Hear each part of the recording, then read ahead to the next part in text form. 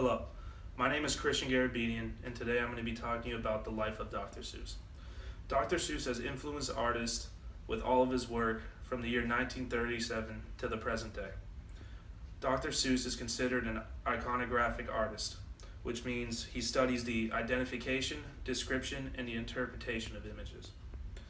He revolutionized the world in many ways with his style and uniqueness, which changed people's lives and how Hollywood is even sculpted today.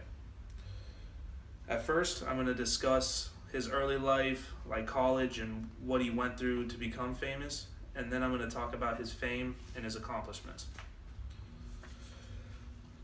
I'm going to start where you first heard Dr. Seuss, in his early life.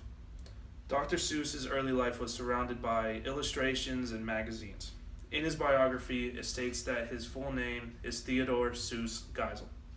He was born on March 2nd, 1904 in Springfield, Massachusetts, to Henrietta and Theodore Geisel. When he turned 18, he got the opportunity to go to Dartmouth University. When he got to Dartmouth University, he became the head staff of the humor magazine. But the problem was, a year later, he was then caught drinking in the dorms and was kicked off the staff. He still worked on illustrations, but he wasn't able to show off his work. Geisel then moved back to the U.S. after a failed attempt to go into Oxford University to pursue a career in being a professor. He first used the pseudonym Seuss when he published an illustration in the Saturday Evening News Post. He then landed a spot on the Judge magazine. His first book was And to Think I Learned It on Mulberry Street. The problem was this book was rejected 27 times before it was finally published.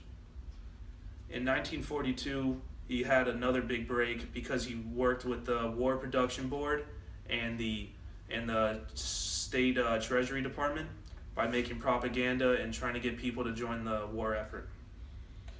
As you can see, Dr. Seuss has had many setbacks, but his hard work, creativity, and genius led him to the success we all know he came to have. I'm going to talk to you about how Dr. Seuss became to what he is today. Dr. Seuss and his wife, Helen, bought a house, which is a light tower near the water, and it was secluded from everyone. So he just worked for 8 hours a day, just writing, illustrating, doing all of his work, and he would tend to his gardens for his free time. During this period, he wrote If I Ran the Zoo and Horton Hears a Who. A major turning point in his career was when he was asked to write a book with 220 vocabulary words. This book turned into The Cat in the Hat. The reasoning he had to write this book was because Life magazine published an article saying how terrible children's reading levels are, and this was an easy way to read and to keep kids wanting to read the book. This was when his career took off. Over the next several years, he wrote short books, including The Grinch and Green Eggs and Ham. Everybody knows those books. Those are books people grown up on, even memorizing. With the help of even cartoonist Chuck Jones, The Grinch was even made onto the big screen. The Grinch debuted in December 1957, only as a 32-line poem.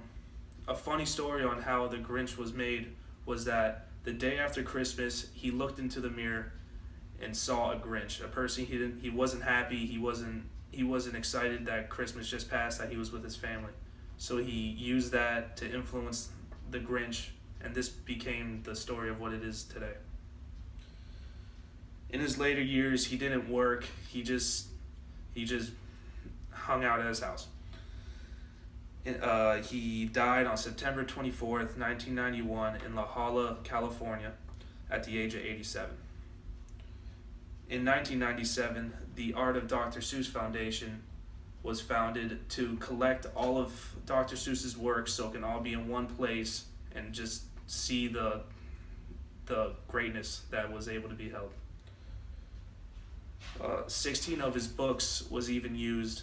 Well, I mean, not even used. It was made it onto the top 100 children books of all time. So that's even a feat to even have one, let alone 16. Just to go back to what I was talking about, when a child is introduced to reading, he is always introduced to Dr. Seuss.